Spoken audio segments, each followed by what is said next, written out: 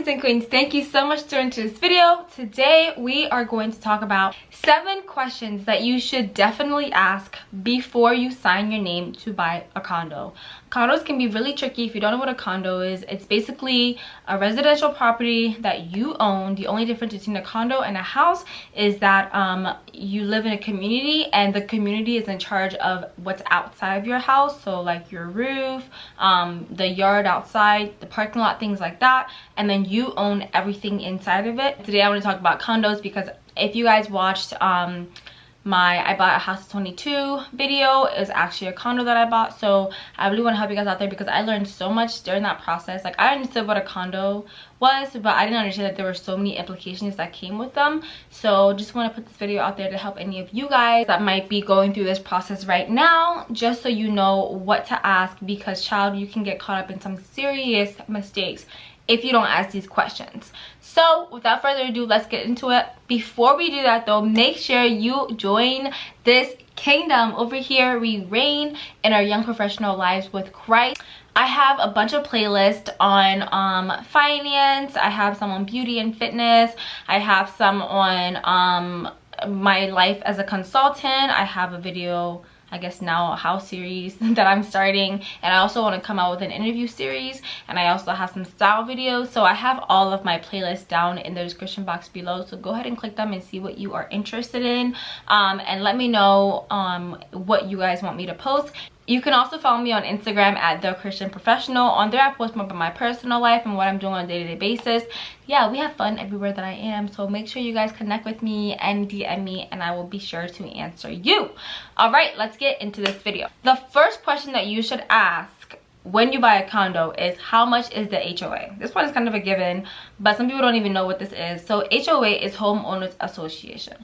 So what that means is it's a group of people that make decisions for where your community, where you live, and it usually costs money because they take care of, you know, the amenities. So you usually have like a pool or like, you know, a gym that you guys all share as a community, and then for my HOA they also pay for my water, and they pay for like the cleanliness of the parking lot, the cleanliness of the yard outside the house.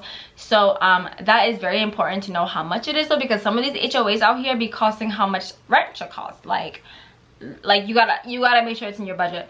So HOA is probably the reason why I wish I didn't have a condo, like, if I'm very real with you right now, because mine actually recently went up this last year.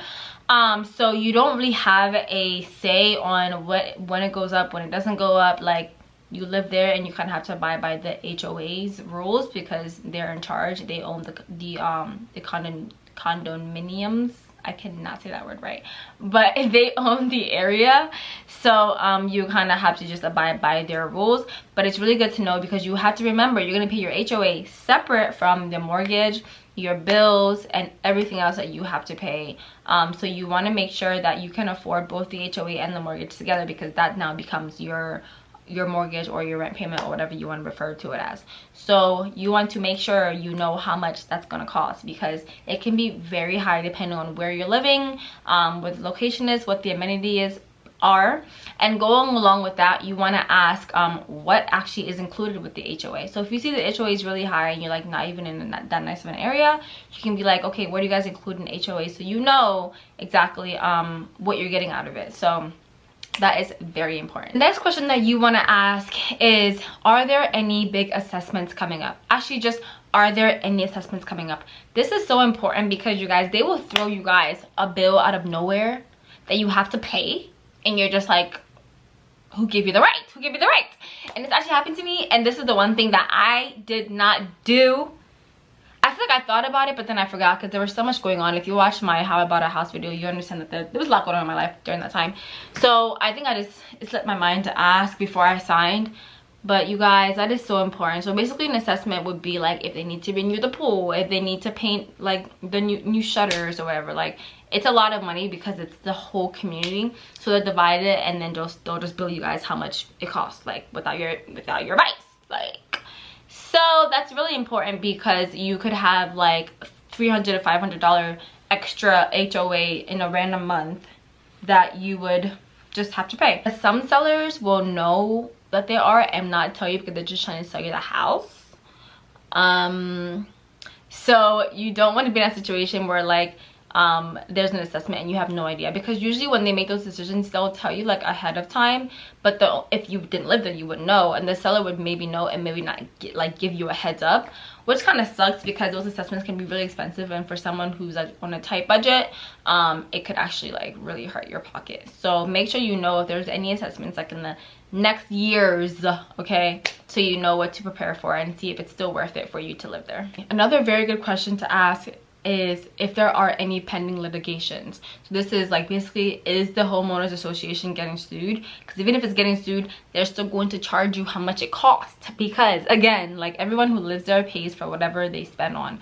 So again, this is something else that the seller might know ahead of time, because like litigations obviously they last a long time, and when they get settled, you probably knew like at least like 10 months ahead that you were gonna get sued. So make sure you ask if there's anything like that that's coming up that people are gonna get charged for, so again that you're not getting into a place where you're like, oh crap, I have this $500 bill that I have to pay in 1 month. They don't really give you that much like heads up either. Like I just got a bill for like, it was $250, and then I had to pay it in a month. So like they don't really care.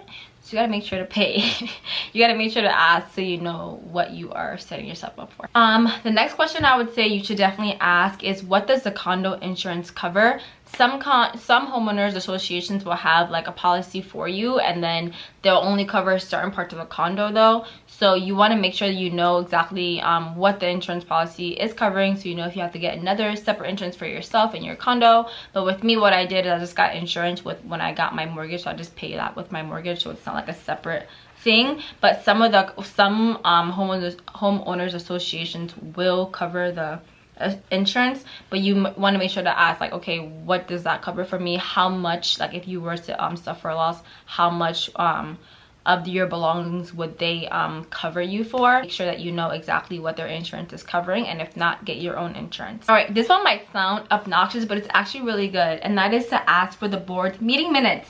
Because when you have those, like, you know, those board meeting minutes, you can see what people actually complain about, like, oh, is the pool never clean, or I don't know, are people really noisy and people are complaining about that? Do things break easily? Do the maintenance like come around when they're supposed to? Just stuff like that, like just annoying things that you would have to deal with when you're like in a condo. If you ask for the meeting minutes, it might sound kind of like annoying, but that could really save you. If you have like a pet peeve and that's like constant on the meeting minutes as like a problem, then you know not to buy that, then you know not to go for it. So I definitely say ask for those meeting minutes, be that person. It's better to be safe than sorry. And also then you just kind of know what kind of community you're getting yourself into. See if people are like really petty, or if people are like really calm and quiet or whatever. Like you just get to know like what kind of people are there, because you can literally see what they talked about during those board meetings. Something else that you could ask as well is what is the potential resale value? So obviously they can't really tell you, okay, we think you're gonna resell this house for this amount in like X years. However, you can still ask them how many people in this community are buyers versus renters. You can ask how many of these units are actually like used, how many are sold, how many are not sold, how many are in the market, like questions like that, so you can get an idea of, okay, do these units usually sit on the market for a really long time before they're bought? So you can get an idea of like if people actually like living there. And then you can, if a lot of people rent there, then that means that people are willing to rent and not necessarily own in the community. And then you should also like check around the area too, to see like what people are paying for HOA around, to see that if this specific HOA is kind of like basically like not treating you well.